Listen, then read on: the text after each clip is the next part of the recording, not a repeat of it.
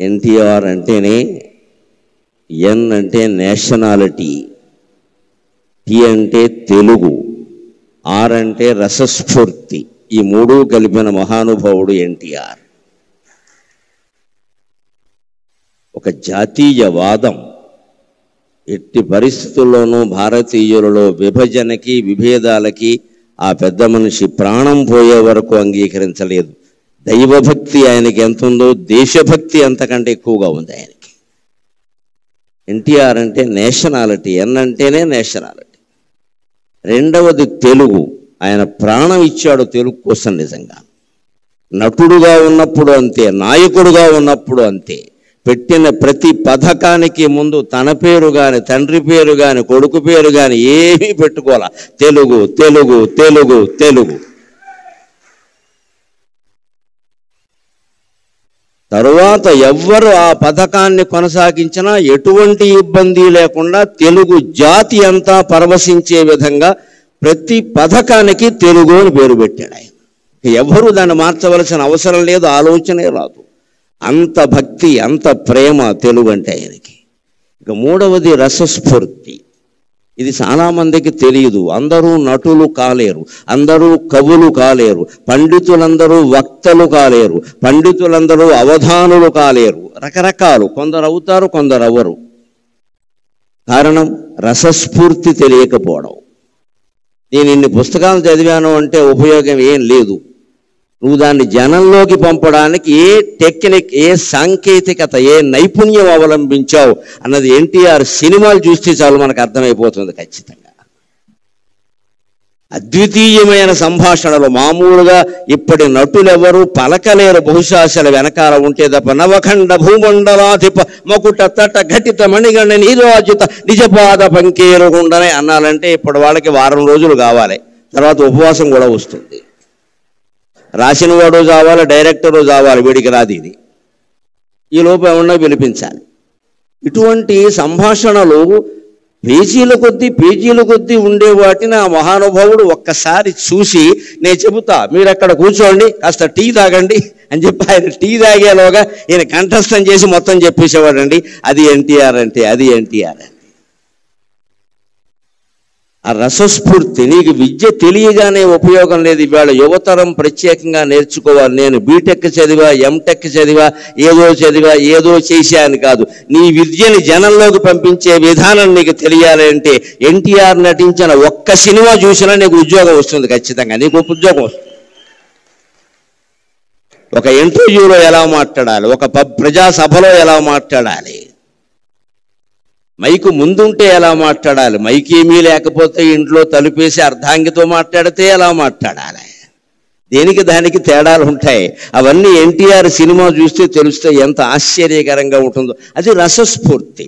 రాముడు కృష్ణుడు వేయడానికి ఆయనకంటే ముందు లేరా, ఆయనకంటే తరువాత లేరా, కానీ ఆ పాత్రలని జనంలో ముద్ర పడిపోయేలా చేయగలిగాడు అంటే రామునిలో ఉండే రసస్ఫూర్తిని, కృష్ణునిలో ఉండే రసస్ఫూర్తిని, ప్రతినాయక పాత్రల్లో ఉండే కూడా రసస్ఫూర్తిని జనానికి అందించగలిగిన ఏకైక నటుడు ఎన్టీఆర్.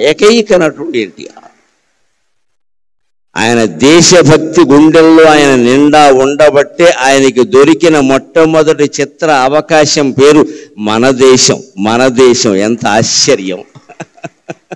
ఎవరినైనా మీరు నటించిన మొదటి సినిమా చెప్పండి అంటే మట్టి కొండ అని చెబుతాడు ఎవడో ఒకడు.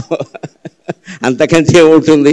ఆయనకి ఆ ఛాన్స్ రావడమే గొప్ప. కాబట్టి ఆయన అంతరాత్మ ఎంతగా దేశం గురించి ఘోషించింది అంటే ఆయనకి మొట్టమొదటి పోలీస్ అధికారిగా అవకాశం వచ్చిన సినిమా కూడా మన దేశమే. నువ్వు దేశం కోసం పుట్టావు అని వారి తల్లిదండ్రులు వారిని ఆదేశించినట్టుగా వారికి మన దేశం అనే సినిమాలో మొట్టమొదటి అవకాశం వచ్చింది. ఏ పాత్ర వచ్చినా ఇది హీరో పాత్ర, జీరో పాత్ర, ఇంకోట, దీని ప్రాధాన్యం ఏమిటి అని ఆలోచించకుండా తన పాత్రకి న్యాయం చేసిన వ్యక్తి ఎన్టీఆర్ అంటే ఖచ్చితంగా. ఈ పాత్ర నాకు వచ్చింది చాలు, దీనికి నేను న్యాయం చేస్తే మిగిలినవన్నీ అవే వస్తాయి, తరుముకుంటూ వస్తాయి, వెతుక్కుంటూ వస్తాయి. నా రత్నం అన్విష్యతి మృగ్యతే హితత్ అంటాడు కాళిదాసు కుమార సంభవంలో. రత్నాన్ని వెతుక్కుంటూ జనం వస్తారు, కానీ జనాన్ని వెతుక్కుంటూ రత్నం వెళ్ళదండి. సినీ రంగంలో నటరత్నాన్ని వెతుక్కుంటూ సినిమాలు వచ్చాయి, సినిమాలను ఆయన వెతుక్కుంటూ వెళ్ళలేదు. ఇవాళ యువతరం యువతరం ఎన్టీఆర్ నుంచి నేర్చుకోవలసింది. ఉద్యోగ అవకాశాలు మిమ్మల్ని వెతుక్కుంటూ రావాలి, మీరు వాటిని వెతుక్కుంటూ వెళ్ళడం పెట్టండి. యధవ కర్మ అంటారు దీన్ని. నీ దగ్గర ప్రతిభ ఉంటే నీ దగ్గరికి ఉద్యోగం వస్తుంది ఖచ్చితంగా. ఇప్పటికీ మీరు ఇండియన్ ఎక్స్ప్రెస్ పేపర్ చూస్తే బుధవారం నాడు ప్రత్యేక ప్రకటనలు ఉంటాయి, మామూలు ఉండవు. ఉద్యోగం కావాలి, నిరుద్యోగులు కావాలి, ఉద్యోగస్తులు రండి అనే ప్రకటనలు ఉండవు. ఇండియన్ ఎక్స్ప్రెస్ బుధవారం పేపర్లో ప్రత్యేకంగా ఎలా ఉంటుంది అంటే, మేము రిటైర్ అయ్యాం, లేకపోతే మధ్యలో ఉద్యోగాలు మానేసాం, మాకు ఇప్పుడు ఉద్యోగం కావాలి, మాకు ఉద్యోగం ఇవ్వగలిగిన వాడు రండి అని వేస్తాడు ప్రకటన. వాడి దగ్గరికి వచ్చి కాళ్ళ దగ్గరికి వస్తారు, మా సంస్థలోకి రండి, మా సంస్థలోకి రండి అని. అది ప్రతిభ, అది ప్రతిభ. ఆ స్థితి మళ్ళీ సంపాదించుకోగలగాలి ఖచ్చితంగా. మాకు ఉద్యోగం కావాలి, ఇవ్వగలిగిన వాడు రండి, మా ప్రొఫైల్ ఇది, నేను ఇంత జీతంతో ఉన్నా, ఇప్పుడు ఎందుకో బయట తిరుగుతున్నా, నాకు కావాలంటే వస్తారు, మీరు మాకు కావాలి, మీరు మాకు కావాలని. అటువంటి ప్రతిభను యువతరం సంపాదించుకోవాలంటే ఎన్టీఆర్ లాగా దైవభక్తి ఉండాలి, దేశభక్తి ఉండాలి, భాషానురక్తి ఉండాలి, అన్నిటికీ మించి రసస్ఫూర్తి ఉండాలి. అది మనం ఎన్టీఆర్ నుంచి నేర్చుకోవాలి ఖచ్చితంగా. మన దేశమున పాదమోని, మన దేశం అనే చిత్రంతో ఆయన రంగప్రవేశం చేశారు. అక్కడి నుంచి ఆయన నటించని పాత్ర లేదు, అన్ని రంగాలకి సంబంధించిన అన్ని పాత్రల్లోనూ నటించారు. మన దేశమున పాదమోని నట పద్మశ్రీ పురస్కారియై, నట పద్మశ్రీ పురస్కారియై, ఘన పౌరాణిక తత్వ జానపద సంఘశ్రేష్ఠ చారిత్రక ప్రణుతింగాంచిన పాత్రలన్నిటినీ, ఘన పౌరాణిక తత్వ జానపద సంఘశ్రేష్ఠ చారిత్రక ప్రణుతింగాంచిన పాత్రలన్నిటినీ ఔరాయించు మెప్పించితీవు, ఔరాయించు మెప్పించితీవు అనఘా అనఘా స్వర్గమునేలు పాత్రగొనినావా, స్వర్గమునేలు పాత్రగొనినావా రమరాయ ప్రభో.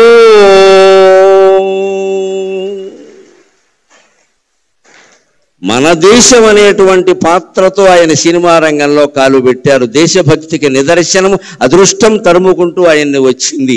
అదృష్ట దేవత, దురదృష్ట దేవత రెండూ ఎప్పుడూ తలుపు తడుతూనే ఉంటాయండి. గ్రహించాలి అందరూ కూడా. రెండూ తలుపు తడుతూనే ఉంటాయి. కాలింగ్ బెల్లకి మంచి చెడ్డ తెలీదు, ఎవరు నొక్కినా మోగుతుంది. కానీ అదృష్టానికి దురదృష్టానికి తేడా ఏమిటంటే, అదృష్ట దేవత తలుపు కొడుతుంది, నువ్వు వెంటనే తీయకపోతే వెళ్ళిపోతుంది. శని దేవత ఉంది, తలుపు కొట్టి అక్కడే జుట్టు విరబోసుకుని నూనె రాసుకోకుండా కూర్చుంటుంది.